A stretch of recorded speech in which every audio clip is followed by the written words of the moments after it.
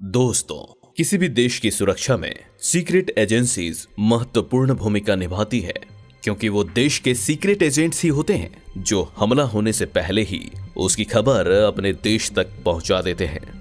लेकिन मूवीज में जासूसों की जिंदगी जितनी इंटरेस्टिंग दिखाई जाती है, असल जिंदगी में वो उतनी ही ज्यादा खतरनाक होती है। एक अनजान देश में अलग अलग नाम और धर्म के साथ रहकर वहां की सरकार में शामिल होना और सीक्रेट इंफॉर्मेशन अपने देश तक पहुंचाना और हर पल पकड़े जाने के डर के साए में जीना, ऐसे जीवन की कल्पना करके ही हमारे तो रोंगटे ही खड़े हो जाते हैं। टॉप हिंदी फैक्ट्स के इस वीडियो में हम आपको इतिहास के पन्नों में छिपे 5 ऐसे ग्रेटेस्ट इंडियन स्पाइस के बारे में बता रहे हैं जिनकी कहानी सुनकर आप हक्के बक्के रह जाओगे। नंबर 5, रामेश्वर नाथ काओ। आपने कई फिल्मों में इंडियन सीक्रेट एजेंसी रॉ के बारे में तो जरूर सुना होगा, तो बता दें कि रिसर्च एंड एनालिसिस विंग के फाउंडर रामेश्वर नाथ काओ ही थे। यूपी के वाराणसी में जन्मे रामेश्वर नाथ काओ ने लखनऊ यूनिवर्सिटी से बैचलर ऑफ आर्ट्स की पढ़ाई करके एक आईपीएस ऑफिसर के रूप में अपने करियर की शुरुआत की थी और देश के लिए कई सीक्रेट मिशन करने के बाद उन्होंने 21 सितंबर 1968 में रॉ की शुरुआत की थी और इंडियन स्पाई मास्टर नाम से दुनिया भर में जाने जाने वाले काओ ने 1977 तक ऑफिस में चीफ ऑफ रॉ की भूमिका निभाई। काओ इतने बड़े जासूस थे कि आज तक किसी को भी उनकी लाइफ और मिशंस के बारे में भी कोई भनक नहीं पड़ी। हालांकि साल 2002 में दुर्भाग्य से 83 साल की उम्र में उनका निधन हो गया और इंडिया ने अपने इस हीरो को खो दिया। नंबर 4, रविंद्र कौशिक। आपने कई बॉलीवुड मूवीज में स्पाई हीरो का कूल नेम जरूर सुना होगा। वैसे ही हमारे great Indian spy Ravindra Kaushik को दुनिया ब्लैक टाइगर के नाम से जानती है।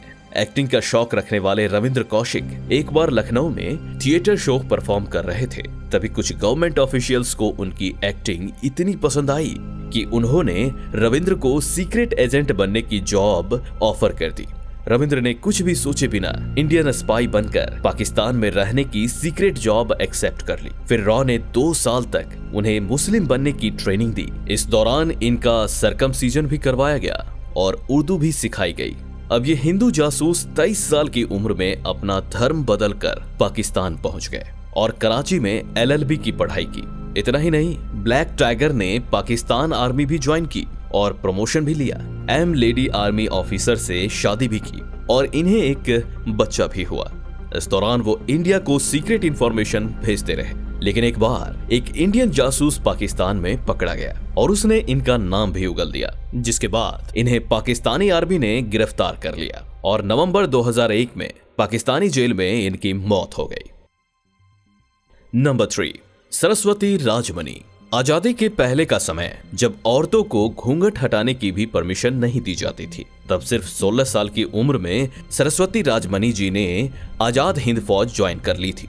फिर 1942 में उन्हें रानी ऑफ झांसी रेजिमेंट, जो इंडियन आर्मी की इंटेलिजेंस विंग थी, उसमें भी शामिल कर लिया गया था। वो लड़के के भेस में अंग्रेजों के पास रहकर उनकी जानकारी इंडियन आर्मी को देती थी। उनकी लाइफ की एक इंटरेस्टिंग स्टोरी की बात करें तो एक बार सरस्वती जी की स्पाई पार्टनर को अंग्रेजों ने गिरफ्तार कर लिया था। तब सरस्वती ने फिर से अपना भेस बदला और एक डांसर के रूप में अंग्रेजों के पास चली गई और अंग्रेजों को नशे में धुत करके अपने पार्टनर को अंग्रेजों की कैद से छुड़ा लिया। हालांकि इस दौरान भागते वक्त उनके पैर में गोली भी लगी थी। वर्ल्ड वॉर 2 के बाद जब नेताजी ने इंडियन नेशनल आर्मी डिसबैंडेड की, तब उन्होंने स्पाई वर्क को छोड़ा था। दुर्भाग्य से 2018 में कार्डियक अरेस्ट की वजह से उनकी मौत हो गई।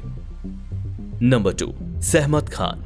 सहमत खान का जन्म कश्मीर के काफी अमीर बिजनेसमैन के घर होता है, लेकिन देश के लिए कुछ करने की चाह में सहमत ने अपने सारे ऐशो आराम को त्याग दिया और इंडियन स्पाई बन गई। फिर ट्रेनिंग के बाद उन्होंने एक पाकिस्तानी आर्मी ऑफिसर के साथ शादी कर ली और पाकिस्तान की secret information Indian secret agency तक पहुंचाती रही। एक बार जब इंडियन नेवी के सबसे स्ट्रॉन्ग शिप INS विक्रांत पर पाकिस्तान हमला करने वाला था, तब उन्होंने मौका मिलते ही ये खबर इंडिया में पहुंचा दी और इंडियन नेवी फोर्स ने पाकिस्तान आर्मी के इस प्लान को पूरा फ्लॉप कर दिया।